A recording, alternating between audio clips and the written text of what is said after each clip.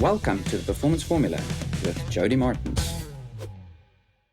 Sandy, officially welcome to the Performance Formula podcast. It is really, really awesome having you. Yeah. Yeah, thank you so much. I appreciate it.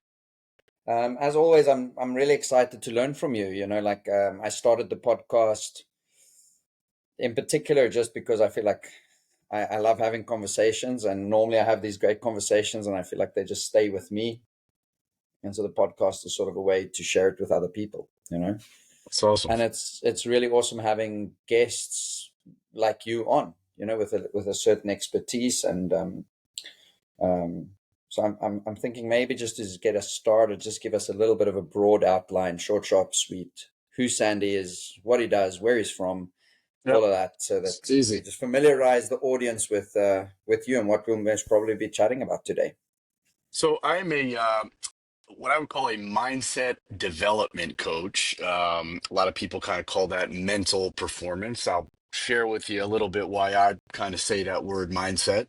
I'm in the ice hockey space. I've been in the ice hockey space my entire life. So I would say my main job. Exclusively working with hockey players, lots of pros, lots of college level players, all the way down to youth in helping them establish um, a mindset to maximize their potential, right? So we're talking belief, attitude, grit, focus, emotional control, discipline, self-awareness. Um, I was a professional after my hockey career was over. I was a professional skills coach for about 12 years. And um, transitioned into the mindset space exclusively uh, about 7 years ago. Um, love it. Do a lot of speaking on the topic. Really love chatting with anybody because it's so relevant about the concept of mindset.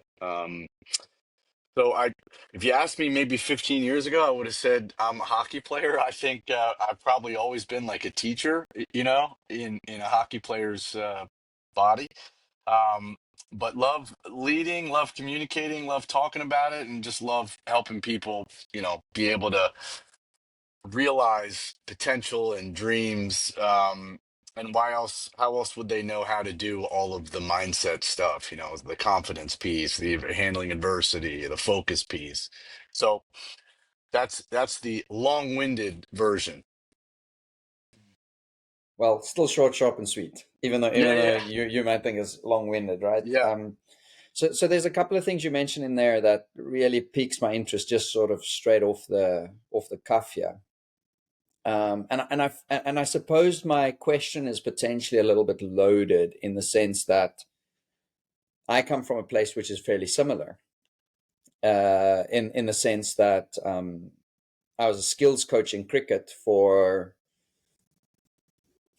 Oh, I still do it. So I'd say for 25, almost nearly 30 years now that I've been coaching the skills side of the game. And then there was a period of time where I uh, did the mental performance stuff part time. So in the mornings, more, I was working with a professional team, and then sort of seeing private clients on the side. And then about 5 years ago, went left the skills space a little bit, went full time into the mental performance space, and then, as I explained to you before, got a sort of opportunity, yeah, in the US, back into the skills space. However, maybe merging a little bit more with the mental performance space than before. And so my question is a little bit loaded, right? Around the skill versus the mind that you and Yep, I maybe come with a yep. whole bunch of baggage, but I'm really curious, sort of, what your take is, and what is it that made you decide to make that switch? I love this question. I get this question a lot. I'm sure you do also. This is my take on it, that I'm the first one that says that skills matter, talent matters. What I'm also the first one, though, I think, is to say that I believe that talent is like grossly overrated. It absolutely makes a difference. It matters. But the true separator, when I think we start stacking elite athletes with other elite athletes and really just elite achievers and performers, where, pick your sport. or pick your profession, at some point, everybody is like super qualified to be there on some level or not, right? Their physical skill, like in hockey, everybody's got speed, everybody's hands are great, their shots great. Like, so what is the separator? And what I started to notice, and it was a different time when I was younger. This was not relevant when I was a player. Um, but I started seeing, like, I was really wondering, like, why were some players making it? And when I say it, I mean maximizing their potential, where others weren't, because skills were all the same. And um, I just really, really dug deep into the mindset component, um, preparation, in game, post game. What does success even mean? And really kind of came up with it. This foundational element that I don't know why or how a lot of younger athletes would even know how to do that, if not taught or shown. But for me, the separator was that the missing piece wasn't that people needed to be stronger, right? Like, or faster. Those all skills are just developmental skills that happens over time. And yes, we all want to physically be better, but grit and focus are really, really overrated, or excuse me, undervalued.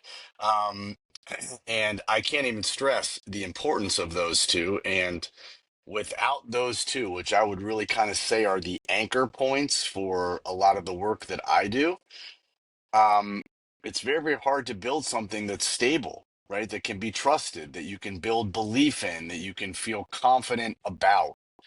Um, so I think I kind of hit your question. I believe that the skills matter, of course, um, but I think mindset is the difference maker.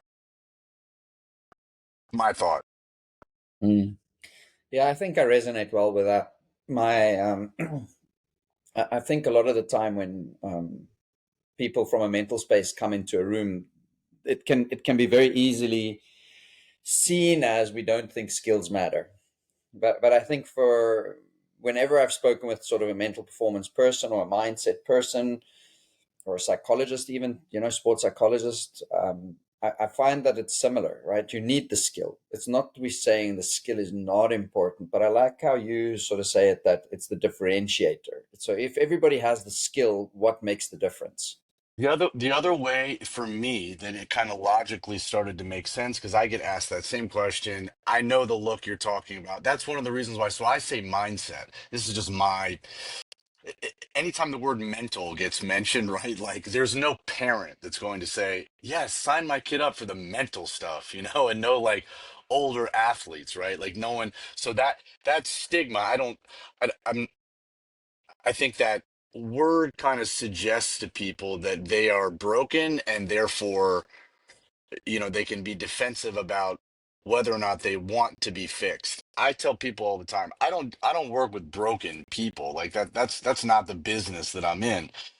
But I try to explain or suggest to people that they think about it. I don't know cricket that well, but if you in hockey, right? If you have like a 10-story building, let's say, and if that building kind of mirrors your skills as a hockey player, right? So, like, the first level is your skating ability. The second level might be your hockey IQ. The third level is your, stick handling. The foundation of that building is mindset. So it's like, no foundation, no building, right? So not only do I think skills matter, I think that when we have a better handle on mindset, skills can be maximized. That's my thought. Yeah, that fits really well. And I don't think I've verbalized it like that before, but I've used this example. I'm sure people that follow the podcast a lot will go, "Oh, yeah, Jody's telling the same story again." But to me, I think it highlights exactly what you're speaking about. I always say, if you take two 6-year-old athletes, make it even 5-year-olds, and maybe we can't even call them athletes yet, right? Two little 5-year-old boys or girls, doesn't matter. You take them to whatever sport it is, whether it's ice hockey, cricket, football, rugby, soccer, baseball, doesn't really matter. You take them to that sport, and let's say you throw them six balls, or you ask them to hit six balls, or whatever it might, or defend six balls, whatever is relevant in the sport. One of those 5 or 6 year olds will have an inner dialogue at that level, as simple and as basic it is, that say, "Ooh, I like this." The other one might say, "Ooh, I suck at this." One might say, "I want to try this again." Even if they miss everything, right? You can paint like the same picture, like they miss everything, they similar height, similar body. One of those 5 or 6 year olds will say, "I love this," and one of them will say, "I hate it." One of them will say, "Oh, let me go again. Let me try again." One will say, "Oh, I suck. I don't want to do this." And I feel like what you're explaining is we normally put mindset at the top of the pyramid. Whenever you look at these high performance programs, it's always like the physicals at the bottom. We make you an Yes. athlete first, then it's the Yep. skill that gets loaded on top, and then only at the top it's mindset or mental or whatever they want to call it in their program or in their pipeline. And so it's only for the older athletes, right? But I always think like that initial interaction, if one says, "I love this," you must probably have an athlete for life in that sport. If another one says, "I suck at this," even as young as 5, they're most probably not going to last in the game. And so And that I always, would, to me, is like an indicator of how yeah, important the mindset component is. I would say I agree with everything that you just said, and I would suggest maybe there are even other layers to it that both of those kids might love it, but one of them um, can't block out distractions, can't get over people looking at them or messing up, or then they start to get nervous about messing up. They might even be more skilled than the other one, but they can't stop that. Whereas the other one might say, "You know what? That doesn't bother me. That doesn't bother me. I'm so hyper focused on A, B, and C," and that's a big part of it. So I agree with you. When I first started doing this, maybe it's similar for you. Um, a lot of pro hockey players would come to me. They couldn't maybe pinpoint what was wrong, but they were able to say like something is not right, right? Like I don't know what's going on. And it's kind of what you were alluding to, that somewhere along the line, I'm happy the times have changed, but this thought about mindset was kind of shelved as like an afterthought, right?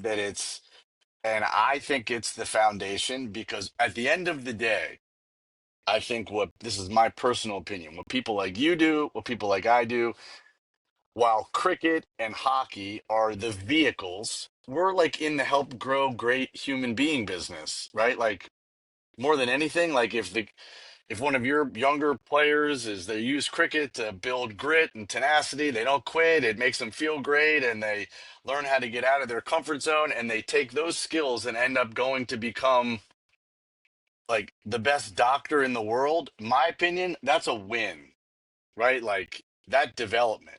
But that ability to focus, that ability to, I think, respect yourself, be tenacious, handle adversity, focus on the path through the trees, not the trees. I think those things need to be built. Some people have it, some people don't. And the ones who don't aren't broken or aren't tough enough. And I tell pro guys and gals this all the time when they ask this question. I didn't make this up. I heard this somewhere. I can't even remember. But like you don't have to get sick in order to get better. Like we don't have to dig you into the hole to then like build you stronger to pull you out of it. What if we just built a new foundation and kept you moving forward? So kind of saying, I I, think what you're saying.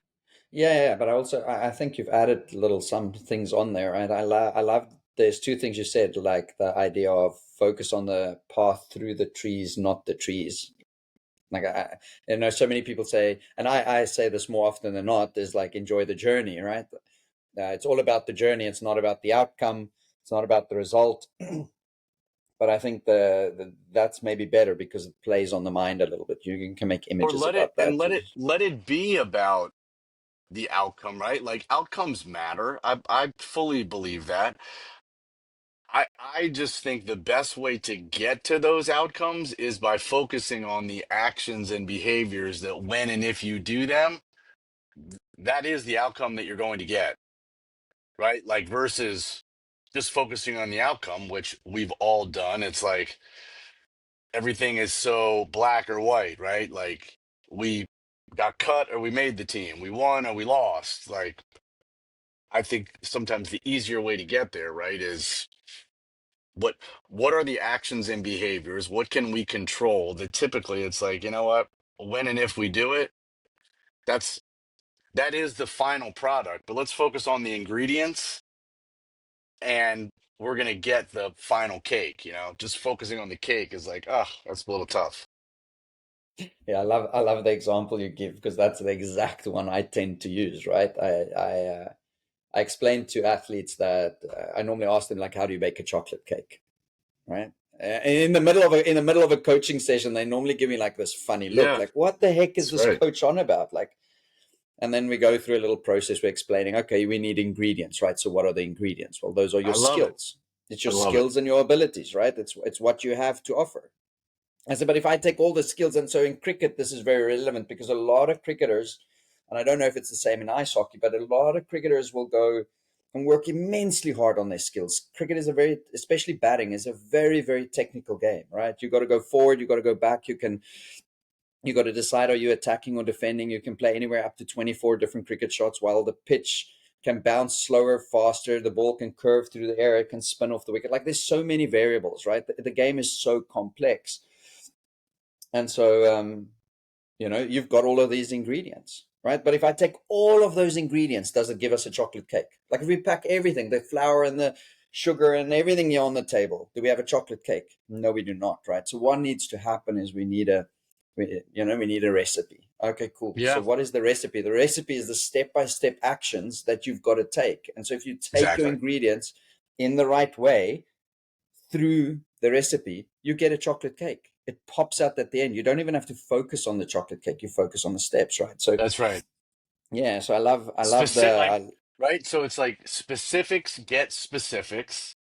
Um, and I bet you've had this happen so many times. I don't, I'm going to be honest. I wish I understood everything about cricket. I want to love it. It seems sick.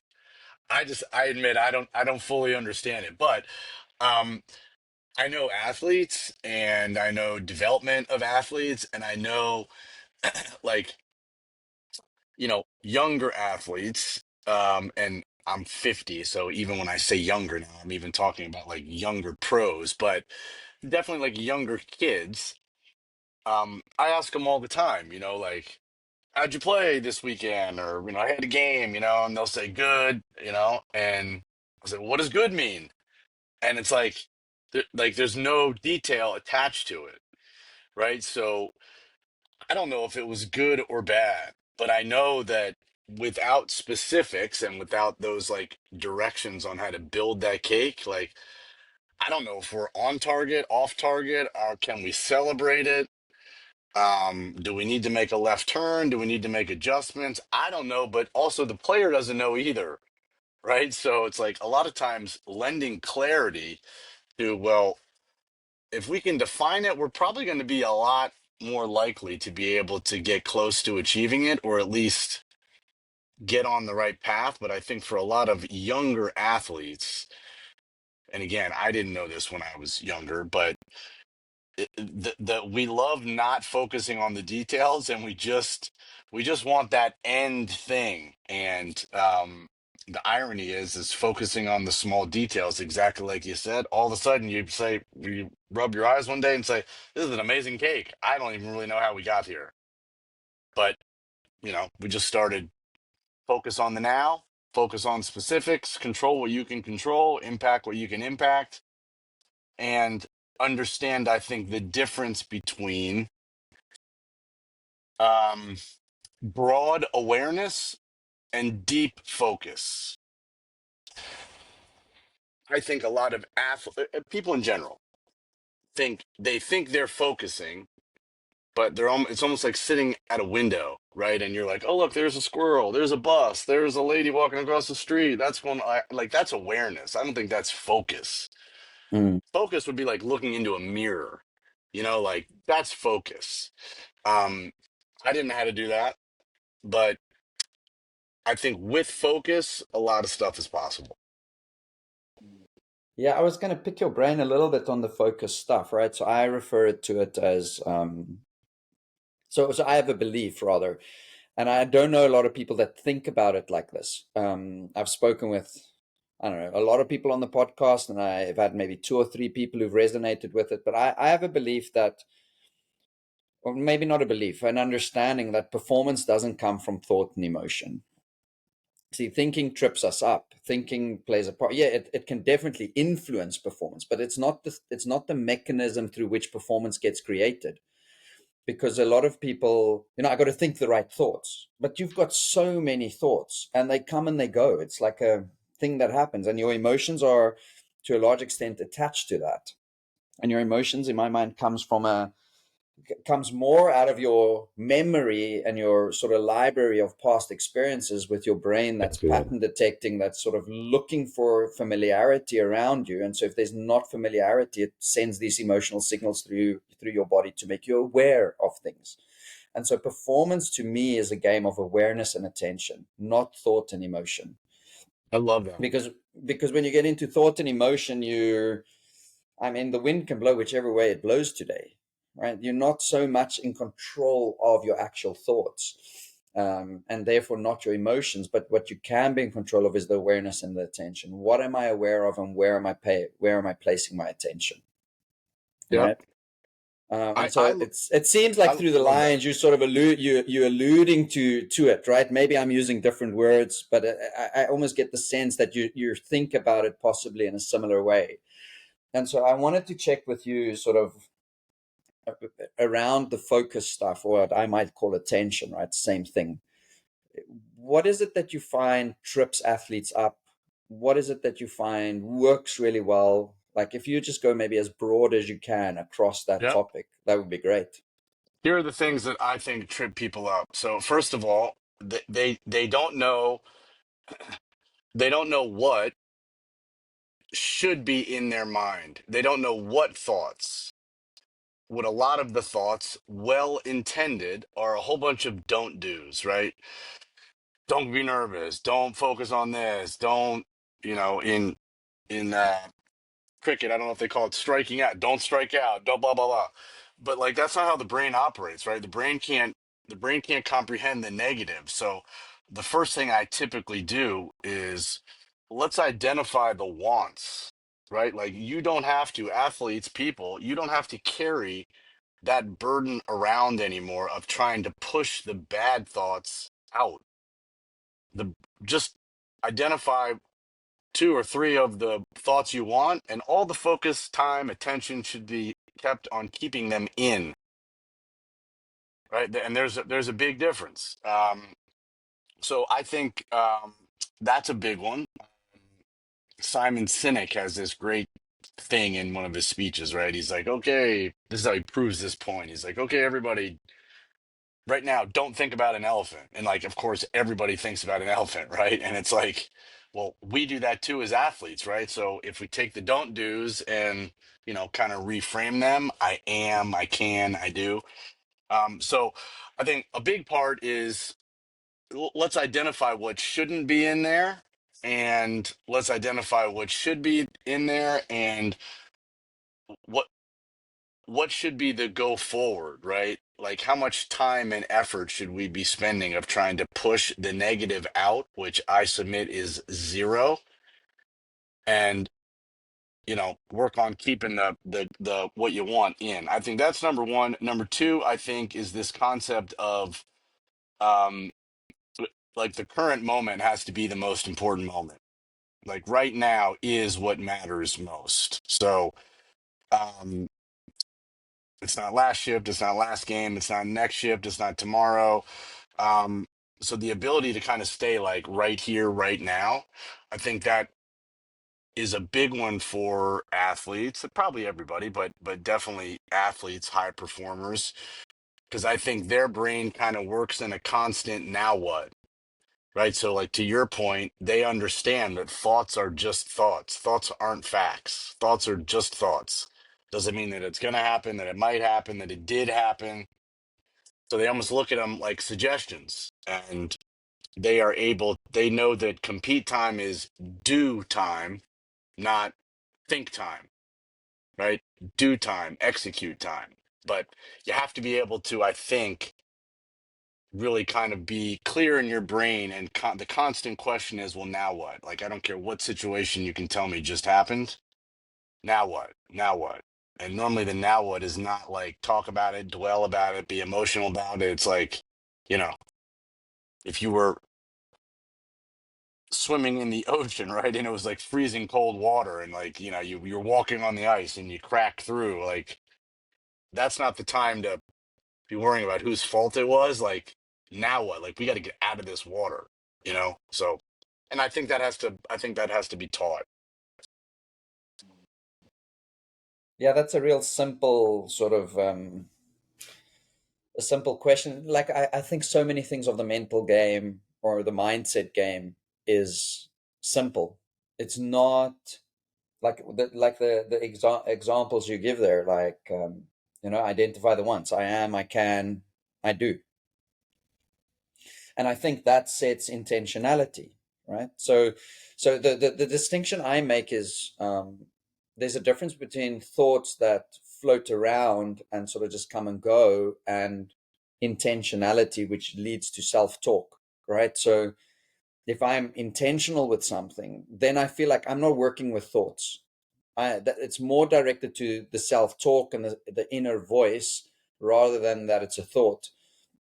Thoughts come and go, they float in and out, but I can say, okay, hang on, I want my mind to be very aware of who I am, what I can, and what I do, right? Or who I am, therefore I can, and then therefore I can do. And Being purposeful and intentional, just like you said, like you nailed it. Those are those are the keys, I think, to being focused, right? And it's not always um you know, what do you want to work on in practice? Like, I think a lot of people think it's like that, and it's even bigger than that. It's almost like, well, like what at the end of this practice, like what do you want to be about, right? Like, what's the direction, right? Like, could be outwork everybody, everything's at full speed, you know, take chances, make plays, but like, it has to be something.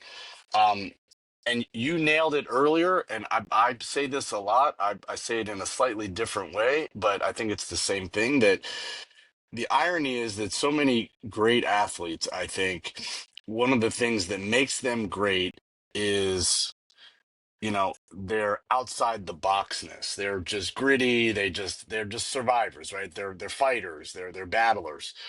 Um, for some it's natural, for some it isn't natural, but the way that the brain works is the brain needs something to like latch onto, and in the absence of that, it's like that torpedo comes out, and then it's like if there's nothing there, it comes right back, and that's that negative self-talk that you talked about. It's nitpicking, it's getting into your own way, and it's like, what if we kind of redirected that towards, well, where do you want to go, right? Because that brain has to, you know, the irony is the thing that helped you kind of get to this point, if you don't feed it, it's going to rip you apart.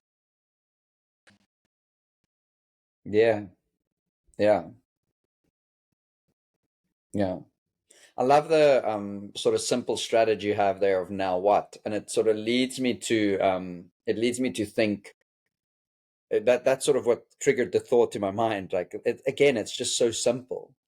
What do you find? So it's like anything in the world, I suppose, or anything in life where if something's not important to you, because that would be something that an athlete would need to have to ask themselves fairly regularly, right? Now what? Now what am I going to do now? Now what? Now what? Now what? Now what? Now what?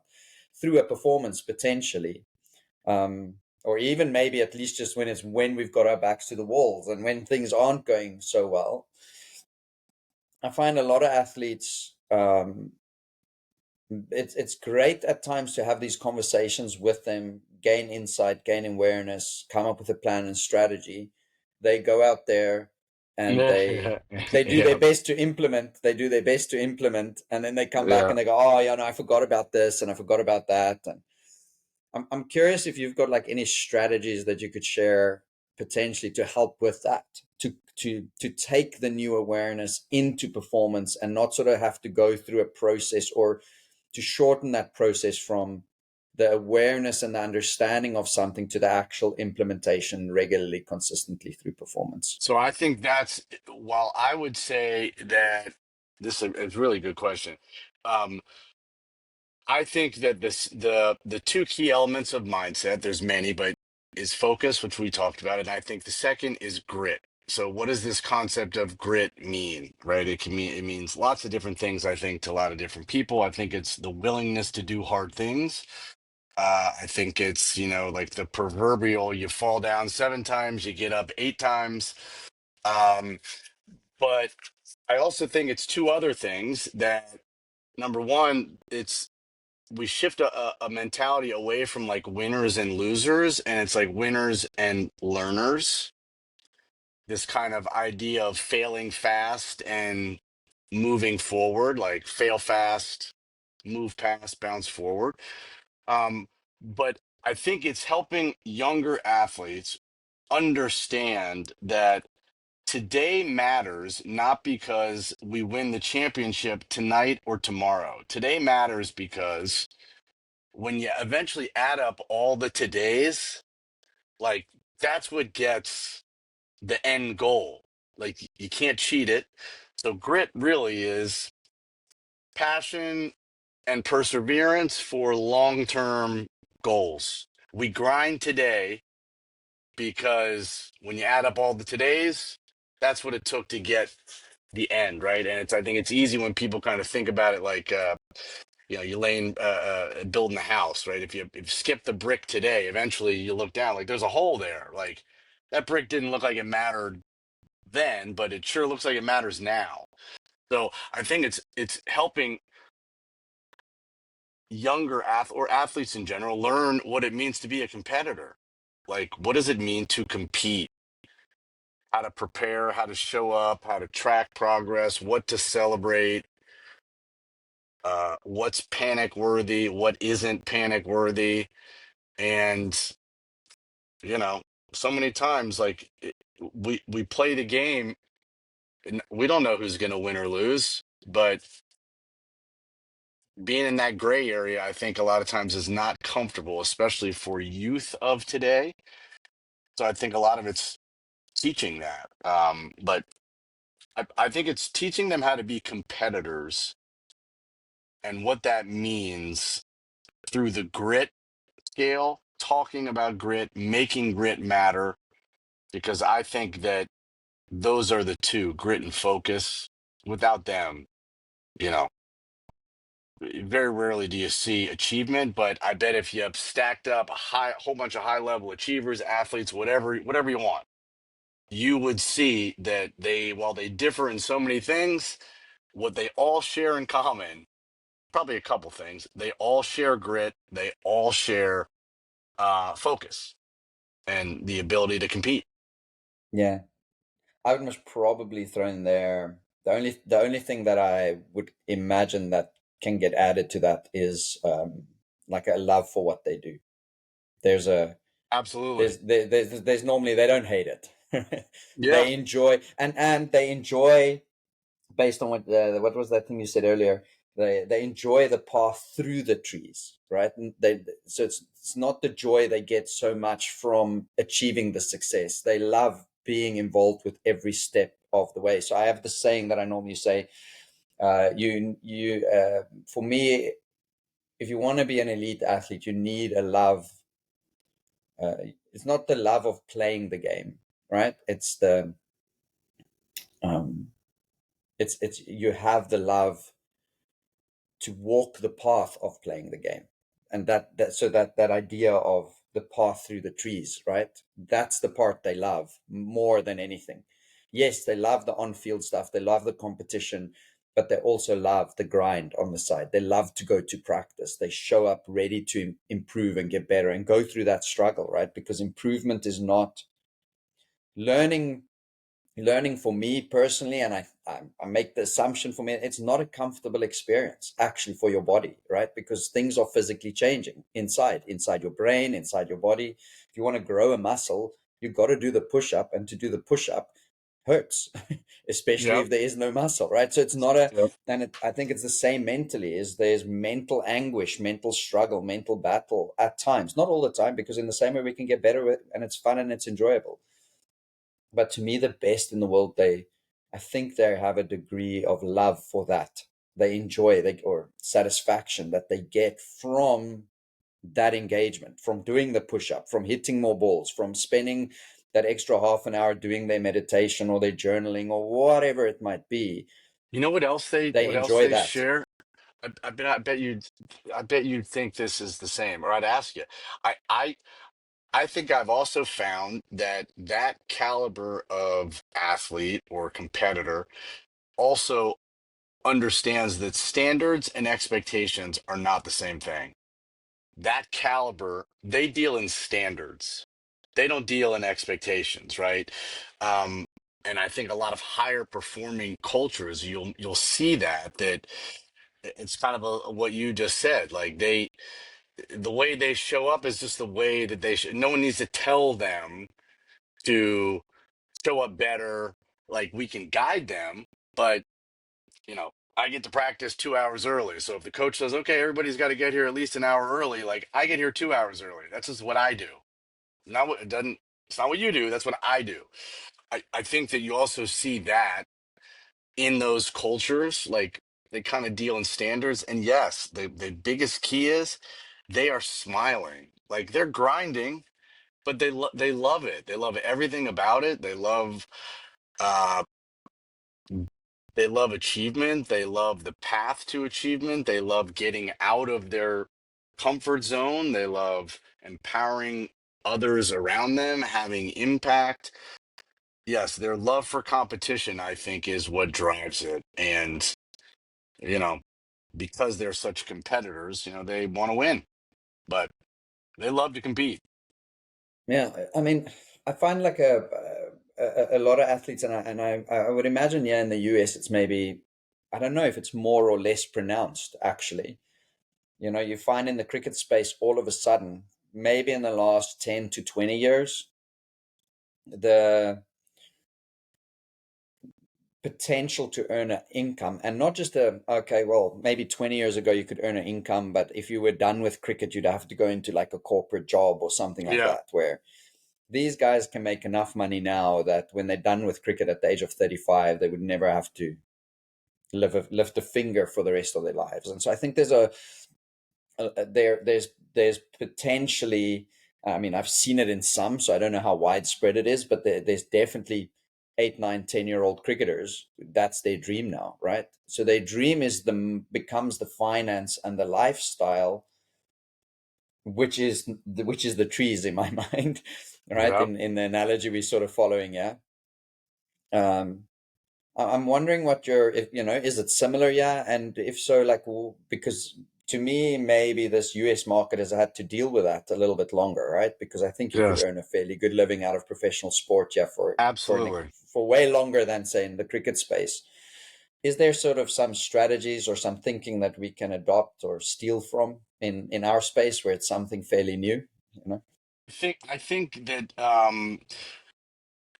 th- this this issue is so much bigger than people think about, especially in the States when um, it's very much like keeping up with the Joneses, right? So what the big challenge is where do the parents, what's the parents' role in all of this? And I'm talking financially, I'm talking, are they supporting, are they pushing, are they critiquing, are they empowering?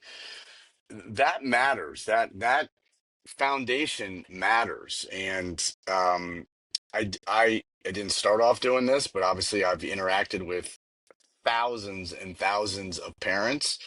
I would say all well intended.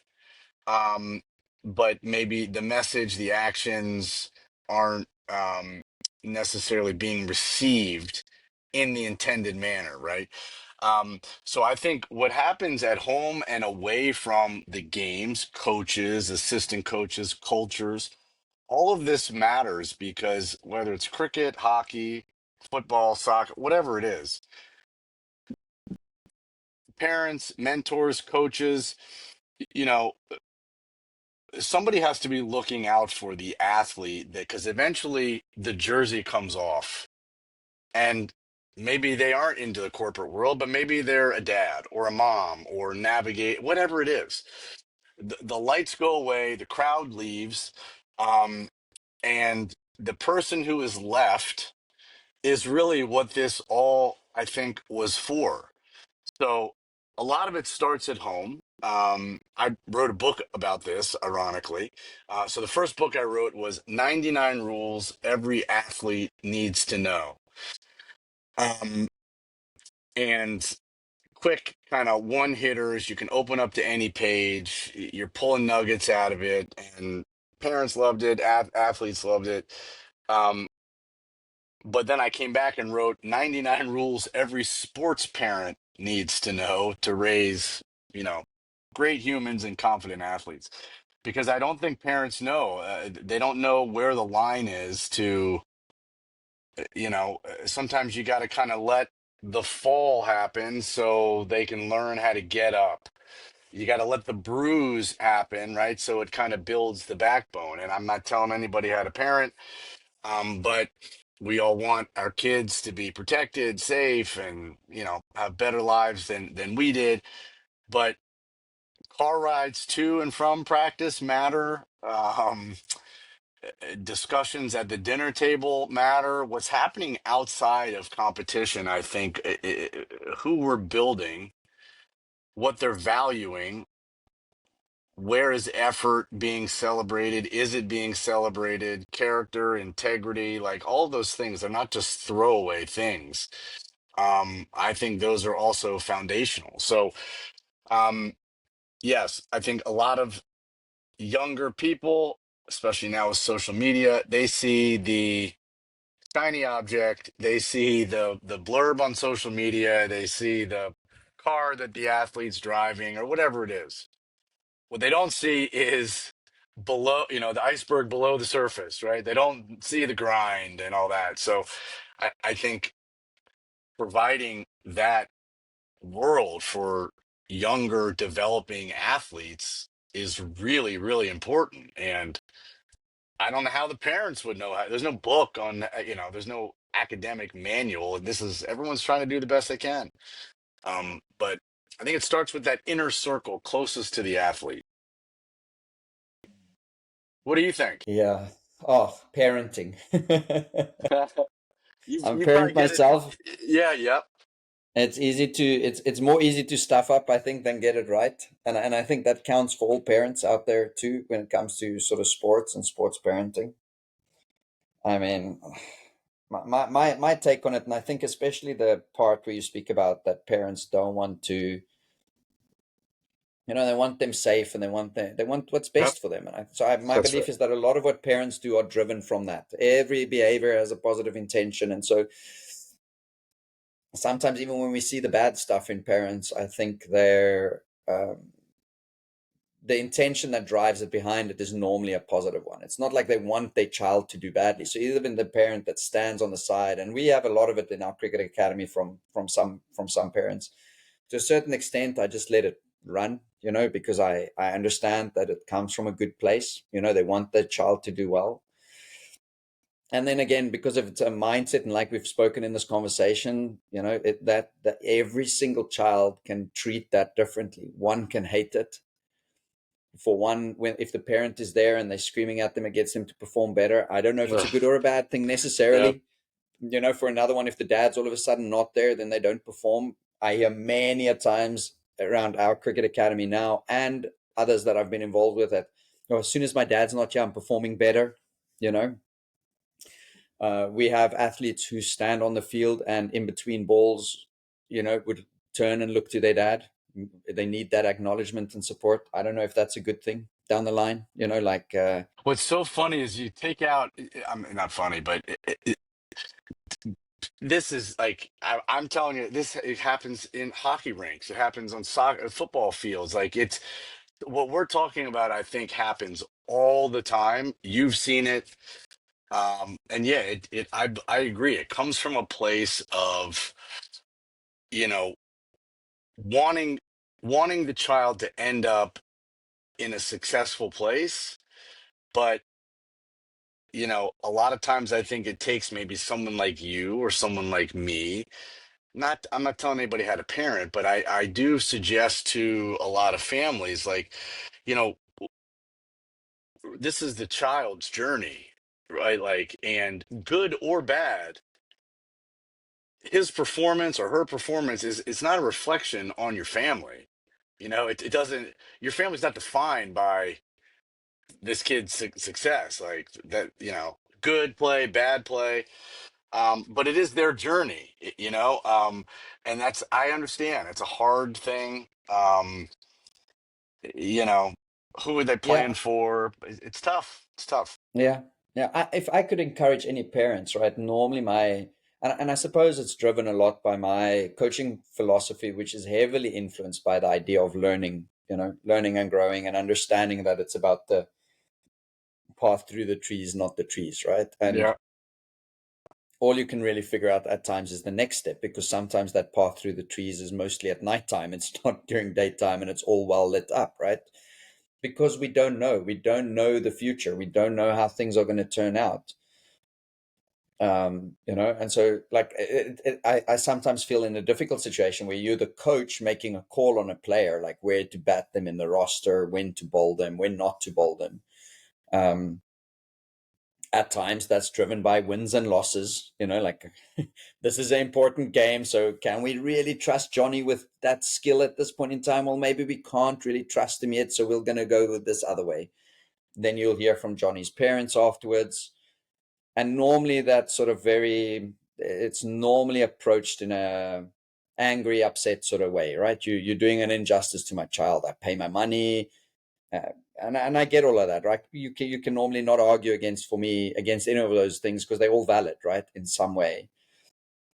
I at times just wished, when I work with parents, that they would also have learning as primary, and that when you don't get to bowl or you don't get to bat or not in the position you want to be in, that is also learning. It's also feedback from the system about you, whether, and like, as a coach, I would think I want everybody to do well. I want everybody to grow and develop. But I also understand that everybody's journey is different, right? And so now I've got to make a tough call at times about somebody.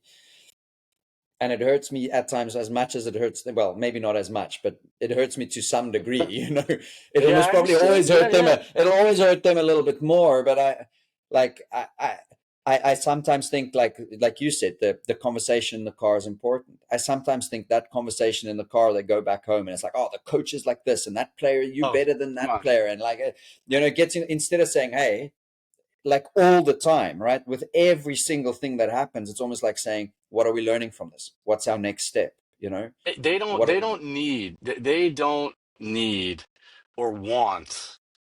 I know I didn't. They don't want or need another coach. They need a stable, steady, supportive force, right? And we're not just like Uber drivers to practice, and it's not like whatever happens, like we could teach them good morals, good integrity, but yes, they are always watching, they're always evaluating.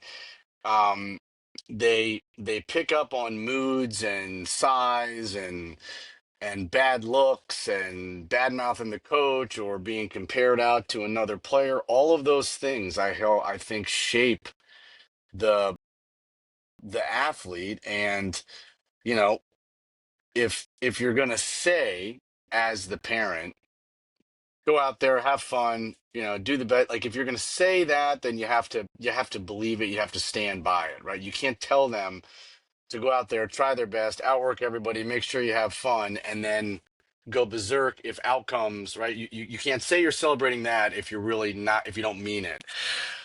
I do think there's a way though that you teach all of it's important, but what's most important, like, is what's most important, because that is, how you show up, what you're focused on, how gritty are you, are you a good teammate? That's not just like cheesy throwaway nonsense. But those typically are the better players, right? Because they can handle adversity. They know when it's time to analyze and when it's time to do. They know what positive self-talk means. They understand that today is not an extension of yesterday. Today is a new day. I never forget this. I say one last thing. I never forget this. One of my friends, who became a professional hockey player, very very very successful. I remember asking him maybe like 10 years into his career, like, what's the hardest part about being a pro? And I've done this all my life. I wanted to get his perspective. I didn't know what he was going to say, but I wasn't expecting him to say what he did say. And what he said was, the hardest part about being a pro is being a pro. And I was like, this is not like a philosophical guy, like, no offense to him, but like, like, he wasn't like a thought kind of guy. But I understood what he meant, that, you know, like a random hockey game in Calgary is like no different than a Friday night game at Madison Square Garden, right? Like, one, like, every day is a new day. They're not treating one in one way. One's not a throwaway. Like, the hardest part about being a pro is, you know, yesterday happened. Okay, good or bad. What are we going to take from it? What do we do now? How do we move forward? How do we reset? And how do we almost kind of get the mind to get back to zero every single day, right? Like, you can't start at -4, still carrying yesterday, just like you can't start at +7. You can have momentum, you can feel good, but today has to be about today. And I didn't understand it. I didn't know that until he kind of said that. I hadn't thought about it, but you know, it's getting up every day, and it's a new day, it's a new opportunity, not a reflection of yesterday. Hmm. How do But you reset? yeah, and the flip side of that, or another angle to that that pops into my head, is when I hear the hardest part of being a pro is being a pro is, I'd imagine, yeah, in the US, I mean, even cricket around the world, you are a name. You are on TV. You have to show up. It doesn't matter. It doesn't matter to a certain extent how you woke up. It doesn't matter that you've had a fight with your girlfriend this morning. It doesn't matter that, even though those things matter, we're, even we're, though those we're things, saying the they same. Yeah, matter. that Yeah, that's and yeah. that's what he, if that's what he meant, that's what he was saying. That's what I Yes, was trying to communicate, that it's, yes, you got every day, like, you just have to show up. It's, you stub your toe, whatever, dog passed away, doesn't matter. like, doesn't matter. Doesn't matter. And Your that's, child has some drama at school, because he's being bullied, or they the bully, or whatever. It doesn't yep, matter. Tonight I got to go hit that hockey puck like I hit it every week, yep, because that's what's expected of me to a certain extent, or that's the standard. Like that's what I that's do. right. Yeah. That is what I think is the most impressive thing about any cricket, any athlete, is Mm, because we're all humans, we all have those challenges. So you can't be sitting on the bench or in competition trying to say, okay, I'm not going to think about, little Sally or little Johnny or what was going on there. It's like, they are so good at drawing those lines and saying, we're just going to, like, these are the thoughts right now. This is all that matters. And mm, that's a hard thing to do. yeah. Yeah. Yeah. And so I think maybe to tie a little bow on this, right? Because I know we're getting to the end of our time, is the cool thing for me about this conversation is sort of realizing the importance of the work we do, because even if we work at 10, 11, 12, 13, whatever the age might be, right? It's being able to say, hey, there's more to this than just hitting that ball or hitting that puck or kicking it or whatever. There's actual skills that you can learn over a period of time that can help you show up. Now, one day it might be in your corporate job. I know some of my some of the parents here that I'm involved with, they wake up at 5 in the morning. They go to bed at 11 at night. They do They're part of our cricket academy. They do all sorts of admin. They, Yep. their energy and their effort, and they just show up. It doesn't matter. Like if you ask, if the management had to phone them and say, listen, we need this field taken care of, they'll be the people getting in their car, right? They're showing up. They're not playing cricket. They're not professional athletes. They're not any of those things, but they show up. And so I think sport really has this opportunity to teach us that, right? I agree. In and amongst a bunch of, you mentioned morals, values, like those things are the actual important things, right? And so when your child is told that you shouldn't be in a play, or you're not batting here, or you're not bowling, or you're not in this position, then it's an opportunity to teach those things for me, not an opportunity to freak out at the coach and fight your way to a better opportunity for your child. I think that's Um, the now what moment, and you said it yeah, earlier, and yeah, I think it's are we acting because of emotion or are we acting with emotion? Those are two mm, different things, right? And for younger yes. kids, it's normally we're acting because of emotion. We can't control our emotions, rather than, it's processed a little bit more maturity, and, it's okay to act with emotion, but, not because of emotion. This conversation has given me so many nuggets, eh? You would love Yeah. these. Honestly, this is not I never thought I would be saying this, but I ended up writing like two books because like I wanted to have a book. Like, what would I want to read when I was younger, right? Like, these aren't academic books, but they're like little, like kind of rule forms, quick one hitters, um, 99 rules Mm. every athlete needs to know. Same thing for the parents. You can take these nuggets, highlight them. um, I don't think yet it doesn't matter if you're a hockey parent, a volleyball parent. I think there's a lot of stuff in there that's, um, you know, we're all trying to do the best that we can, right? So sometimes it's good to have some thoughts and some encouraging directions. So but both of those are available. My website is mentaledgehockey.com. I'm moving to like a personal kind of branding thing, but for now they're available at mentaledgehockey.com. They're not hockey specific, but um, maybe they could help. And honestly, this has been an amazing conversation. Like, I love talking to other folks who do similar stuff, and I can, Yeah. yeah. So No, thank you so much.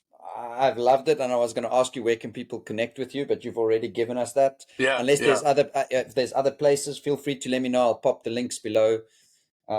Yeah, I've loved this, Sandy. Thank you very much. yeah. Awesome I'll conversation. send you at the end of this. I'll send you one of these books. Let you, don't sweat it. Like, I'd love to get your thoughts on it. Come on, Maybe resonate with you. brilliant. And yeah, thank you so much, and want to learn more about cricket. Hopefully, I didn't sound like an Yeah. idiot talking about cricket. No, no, no, not at all. All sport. I work with a bunch of soccer players back in South Africa, and I don't know anything about soccer, but I draw my cricket experience and I try and make it sound soccery. And they say to Yeah. me that, hey, I'm sort of nailing some of it, which is strange to me, but I think it's just because sport is so similar. It is so similar in many ways. Yeah, maybe the techniques are different and the skills are different, but I think because we're humans inside the sport, the experiences are very much the same. So yeah, Well, keep doing good things, man. Thank you so same, much for your same, same, time. same. Yeah, Awesome, awesome, awesome. Thanks, Sandy. you're more than welcome, buddy. Cheers, eh? Bye.